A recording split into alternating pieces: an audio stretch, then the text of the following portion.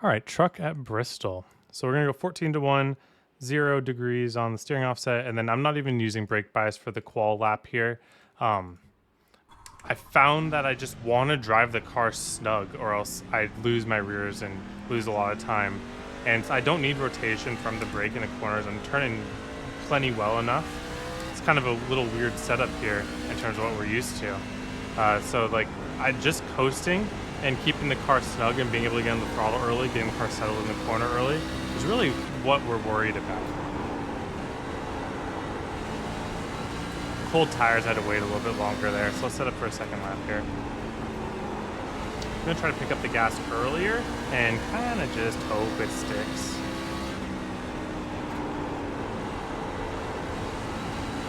Just like that.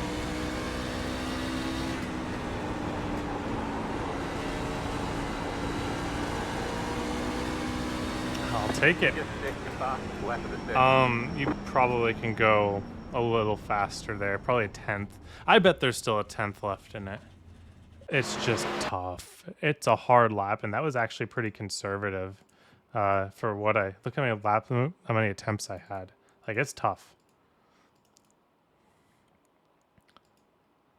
So my setup for the lap, I start up high, but I get like a late apex down low because this exit like narrows up really quickly. If you're by the wall, you're just not going to carry the same speed as like turning down and trying to like get to the yellow line right at like pit entrance here.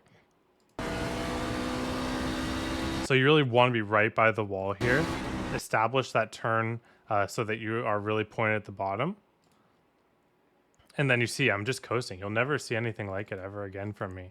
But it literally feels much, much better just to coast into the corner. And the problem is if you're like on the trail brake here and you try to get this wheel action right here, that'll instantly spin the car out.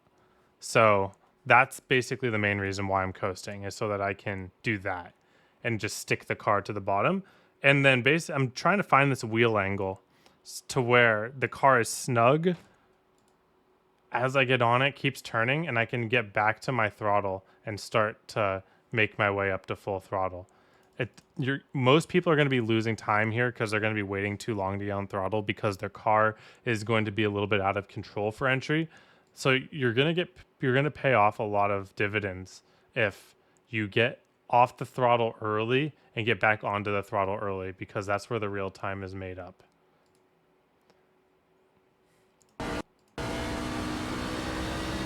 Same thing here. Here I actually missed a little bit, but it actually worked a little bit in my favor. I still think it's better to go to the bottom here. It felt better when I did it, but the exit to 4 is different to 2, where this exit has like a higher elevation change right here, and it always gets you looser than coming to out of 2. So you really want as much angle through this part as possible so that you don't have to have a ton of wheel in it. If you're really pointed at the wall and you have to turn the wheel a ton to stay off the wall, that bump can kind of get you. So kind of ending up a little bit off the bottom here allowed me to turn back down into the bottom, which helped me survive the exit. I still think it's faster to roll the bottom and then drive up at the exit, but that like low, middle, late apex line I think is going to be the most consistent and fast combination for you guys. In terms of tire saving,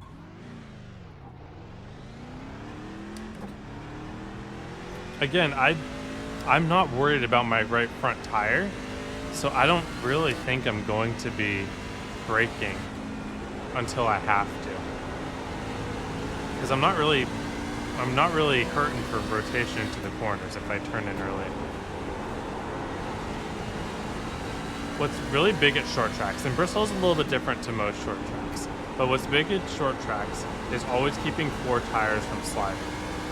If you have any sort of loose moment, tire sliding moment on entry, maybe you're sliding on entry, you're gonna really feel that. And it almost is worth more than wear. Now, wear does matter at Bristol because of the banking, but in general, at short tracks, heat's more important than wear. I'm still like, I don't see how I would have trouble if I lift early enough, I like don't see how I'm going to have trouble with rotation. So I almost just don't know why I would brake. Because the main reason that you trail brake is to get rotation for free. But at a certain point, if the track is offering you enough rotation at your current speed, then adding rotation is just stepping over the limit. And stepping over the limit is sliding your tires. Sliding your tires is tire heat, and you're just gonna have a rough time. So I think it's just being disciplined on your corner entries and not sliding your tires. And you can just run this really safe line at the bottom where you can see I'm still going really fast. Close to what I can do in qualifying. Yeah, you see how this can kind of work on the bottom. How I was still wrapping the bottom. But it's just about lifting early. Let me show you what happens if you overdrive. You have to wait longer on the gas, and it shows up a little bit slower. But that me waiting to get back on the gas, that was also like just one more tiny mistake there, and I'm sliding my tires. So like in a perfect world, you can. Oh, I had touched the apron. Dang it. That would really heat up my tires. In a perfect world, when you are getting back onto the throttle, it's just gonna completely stay and not get any loose or any tight. But you really here want to avoid the loose because you don't want to add that tire heat into the car.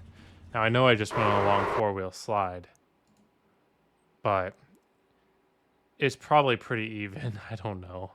I kind of messed that up, but it's gonna be even if your car is never driving loose or tight. You can add that trail brake into it if you feel like you're getting really tight entry, which it could get later in the run. But the way I'm driving it, letting off early enough, it's just not an issue. All right, thank you all for watching. Hope you have a wonderful day. Hope to see you all on the track.